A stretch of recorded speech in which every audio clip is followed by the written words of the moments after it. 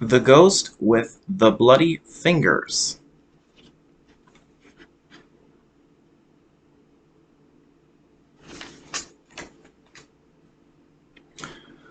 A businessman arrived at a hotel late one night and asked for a room. The room clerk told him the hotel was all filled up. "There is only one empty room," he said, "but we don't rent that one because it is haunted." "I'll take it," said the businessman. "I don't believe in ghosts." The man went up to the room. He unpacked his things and he went to bed. As soon as he did, a ghost came out of the closet. Its fingers were bleeding and it was moaning, "Bloody fingers! Bloody fingers!" When the man saw the ghost, he grabbed his things and ran. The next night, a woman arrived very late. Again all the rooms were taken except the haunted room. "I'll sleep there," she said. "I'm not afraid of ghosts." As soon as she got into bed, the ghost came out of the closet. Its fingers still were bleeding. It still was moaning, "Bloody fingers! Bloody fingers!" And the woman took one look and ran. A week later another guest arrived very late. He also took the haunted room. After he unpacked, he got out his guitar and he began to play. Soon the ghost appeared. As before, its fingers were bleeding, and it was moaning, "Bloody fingers! Bloody fingers!" The man paid no attention. He just kept strumming his guitar. But the ghost kept moaning, and its fingers kept bleeding. Finally, the guitar player looked up. "Cool it, man," he said. "Get yourself a Band-Aid." So that's the last one in the book, the last story in here.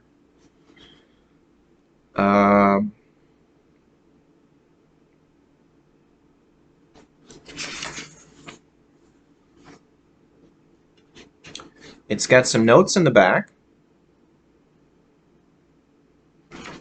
which are kind of interesting.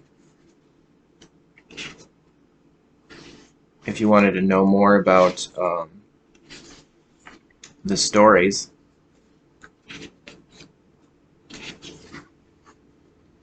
Like, where's the short one?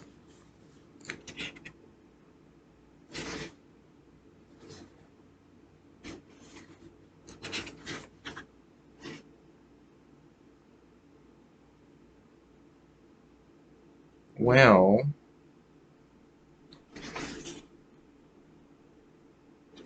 okay. Well, here's a note for the story, The Thing.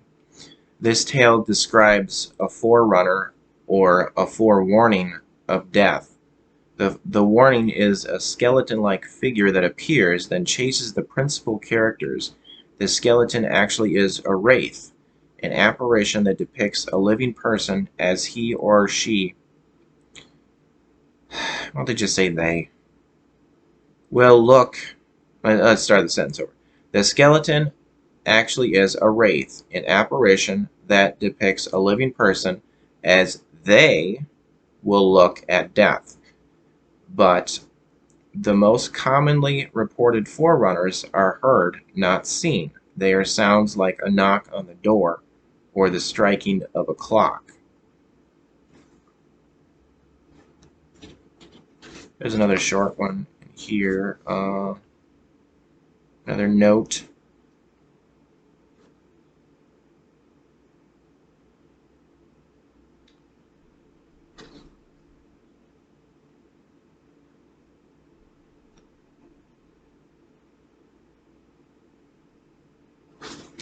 All the stories in Chapter 4 are belief legends about some of the dangers that might confront a young person. The story Room for One More in Chapter 3 is another belief legend.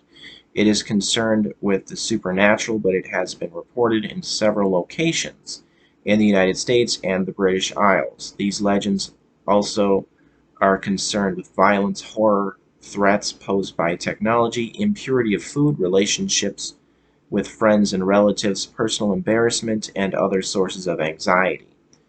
They circulate by word of mouth, but at times the media carry reports that further disseminates them.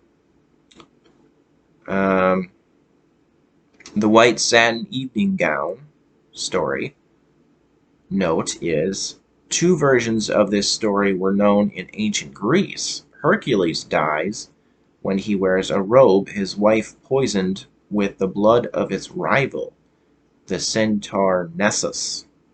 Medea sends a gift of a poisoned robe to Creusa, the woman her former husband, Jason, intends to marry.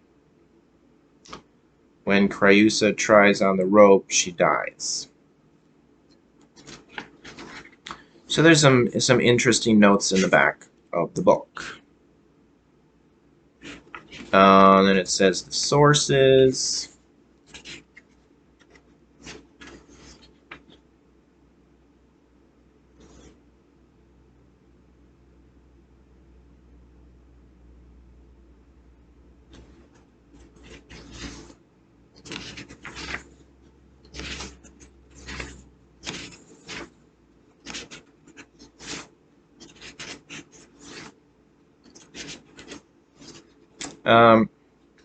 About the author,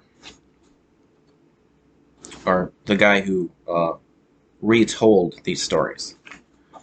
Alvin Schwartz is the author of many books for young people about folk humor, folk life, and other aspects of folklore. He also has written on such varied subjects as crafts, museums, and urban life. Mr. Schwartz lives in Princeton, New Jersey. He and his wife have 4 children and 2 black cats. Stephen Gammell has illustrated many books for young readers, including Demo and the Dolphin by Nathaniel Benchley and Terrible Things by Eve Bunting. Mr. Gammell has written and illustrated his own book, Once Upon McDonald's Farm.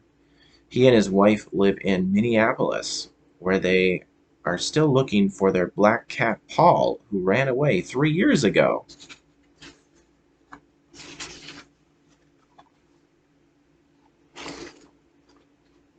There's something else I was gonna... Oh. Also by Alvin Schwartz. So this is in the front of the book. More Scary Stories to Tell in the Dark, collected from American Folklore. A Twister of Twists, a Tangler of Tongues, Tomfoolery. Trickery and Foolery with Words. Cross Your Fingers, Spit in Your Hat, Spit in Your Hat. Superstitions and Other Beliefs. Chin Music, Tall Talk and Other Talk.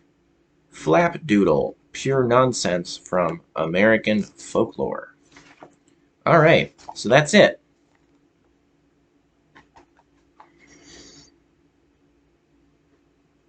Scary Stories to Tell in the Dark.